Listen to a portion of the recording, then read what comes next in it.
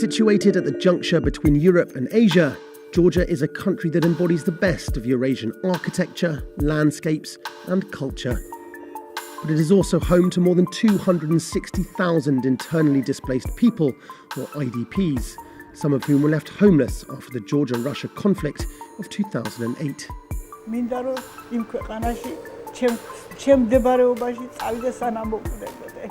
Barbed wire fences now divide Georgia from two Russian-backed breakaway regions, Abkhazia and South Ossetia. This is not an internationally recognized border. The fighting may have ended, but how has it affected those who must live with the consequences? And is the situation any closer to a resolution?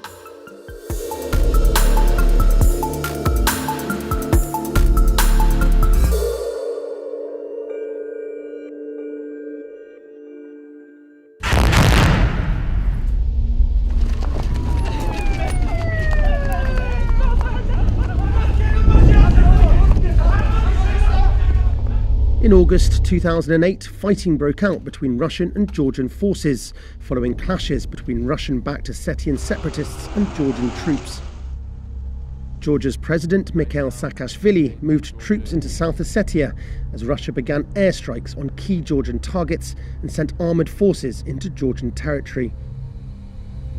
The fighting lasted only 5 days, but that was enough to leave hundreds of people dead and, according to the UN Refugee Agency, more than 190,000 people displaced. While many ethnic Ossetians moved back to their homes after the fighting ended, Georgian villages were destroyed, leaving more than 20,000 people homeless.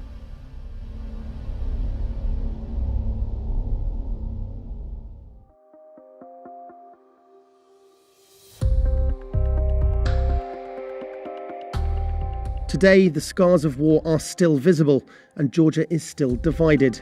With Russian help, the separatist regions have fenced themselves off, and those 20,000 IDPs are prohibited from returning home.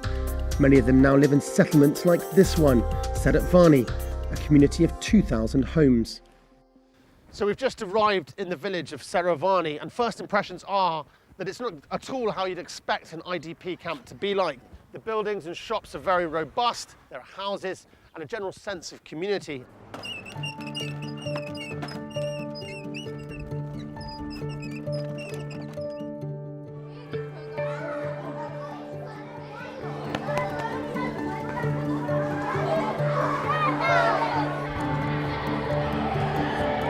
At the local school, some of the 904 students were born in Tserovani, and others are too young to remember life before the war. Head teacher Irma Tatashvili is from Akhalgori, a village in South Ossetia. Were you a teacher back in your home village? მე ახალგორის ყველაზე დიდი სკოლის პირველი საჯარო სკოლის დირექტორი ვიყავი ომამდე. ამჟამად სკოლაში მუშაობს 62 მასწავლებელი, რომელთა დიდი ნაწილიც თავისთავად ცხადია არის დევნილი. Could this place ever be home, or when you think about home you still only think about your village?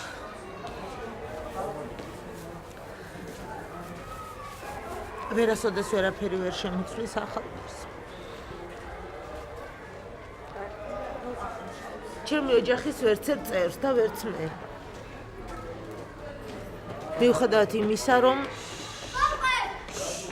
ყოველდღიურობაში თითქოს ყველაფერი ნორმალურადაა. Under the veil of normality, Tserovani feels like a community still in mourning, for lost homes, for old friends and family members, and most of all, for a sense of belonging. All the people we spoke to had horrifying accounts of the day they were forced from their homes. One of them was 75-year-old Nana Kakniashvili. ეს 8 აგვისტო რომ დაიწყო მე ვერ გავუბედე და ვერ წამოვედი ვერ დავტოვე ჩემი საკარი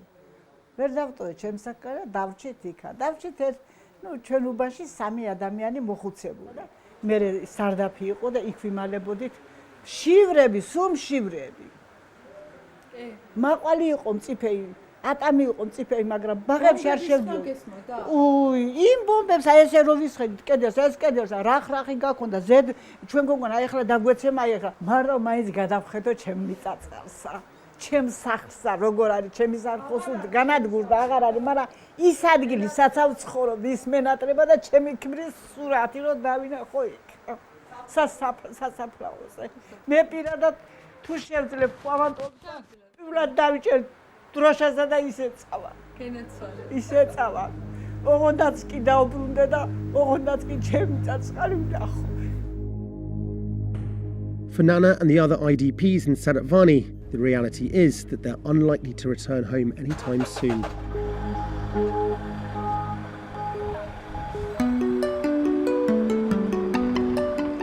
We're about 40 kilometers outside Tbilisi, back in the war of 2008. This is how far Russian tanks made it into Georgian territory.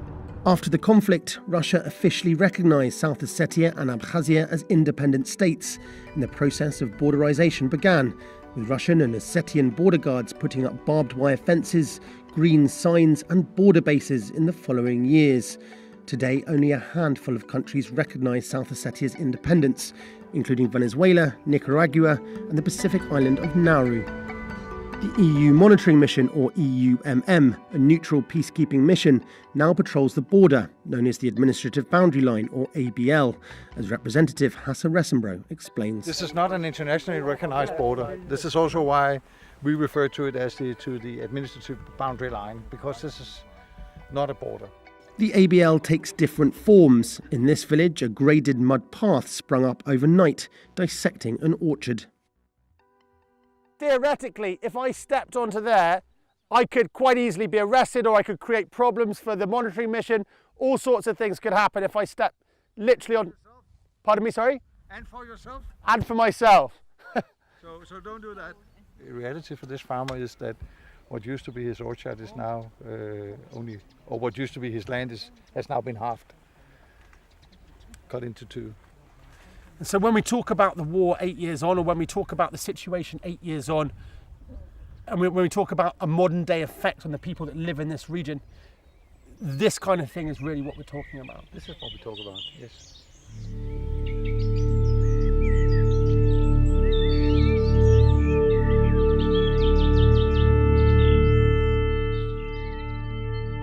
In some places, the ABL isn't marked at all, which means that local people accidentally cross while herding cattle or farming their land. And when that happens, they're detained by Russian or Ossetian border guards.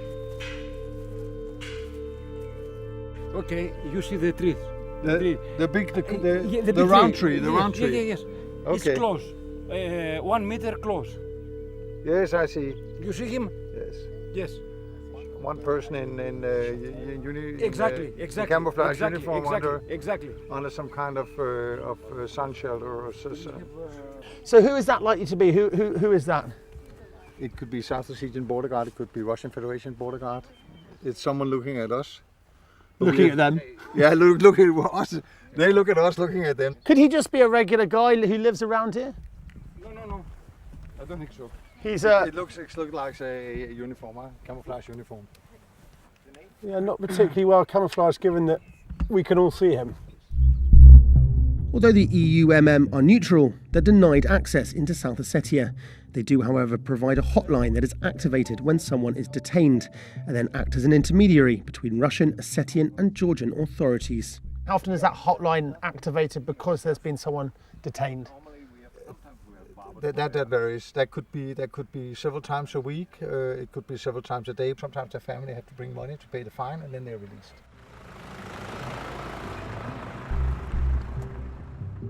There are 19 Russian bases along the ABL and a further 18 in Abkhazia. They guard the borders to make sure no one enters or leaves. So behind me is the Kasani River, and on the other side is South Ossetia, and we've been told by the Georgian authorities that if we tried to go any further, we'd be detained. Now what we'd really like to do is go over to South Ossetia and speak to some of the people there about what they think of the current situation. But unless you're from a country that recognises South Ossetia as its own independent state, that is simply impossible.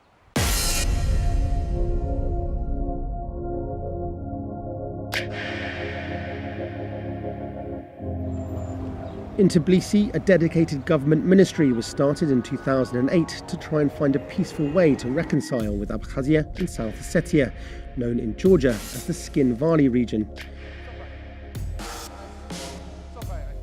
we went to meet the State Minister for Reconciliation and Civic Equality, Keti Sikhalishvili.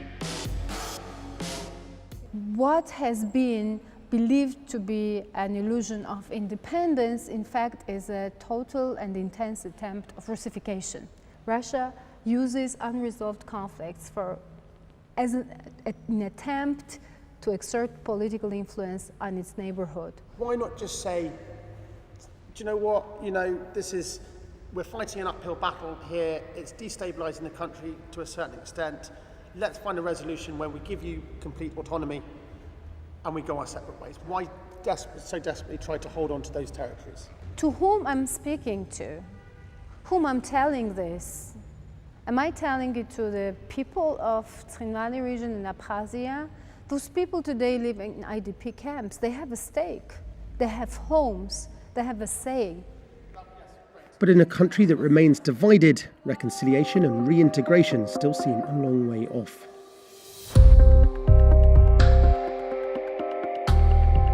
There are, however, a small number of Ossetian IDPs in Georgia. Back in Tserovani, we met Vasily Totrov and his daughter Kiko. Vasily is married to a Georgian, and during the war they had no choice but to leave South Ossetia. How do people in South Ossetia feel about the situation here in Georgia at the moment? იმ ხელმძღვანელობამ, რომელსაც სურს საქართველოსთან კავშირი გააწყოთ, საწარმოოს ის ნეგატიური ინფორმაციით სამუშაოები, რომელიც მათზე მოახდენს ყველანაირად უარყოფით ზეგავლენას იმასთან დაკავშირებით, რომ საქართველოსთან ყველანაირად სიძულვილი დაუწესო. What hopes do you have for your daughter after she's graduated? What sort of Georgia do you want her to graduate into? იყოს ერებს შორის ჰარმონია, რა ვიცი, წესიერი დამოკიდებულება არ უნდა განასხვაო. შეთავაზებაც აქვს საქართველოს მთავრობას, მე მას ვეთანხმები. აი იმას, რომ თავაზობს საქართველოს მთავრობა ავტონომიას და აბა ეხლა რა არის? ჩაკეტილია ცხინვალი და ვაკუუმშია, ხო? ვერ გამოდიან რუსეთის სახელით, არ გამოდიან საქართველოს სახელით და არ აქვთ თავეთი სტატუსი. გოგო, მოდი.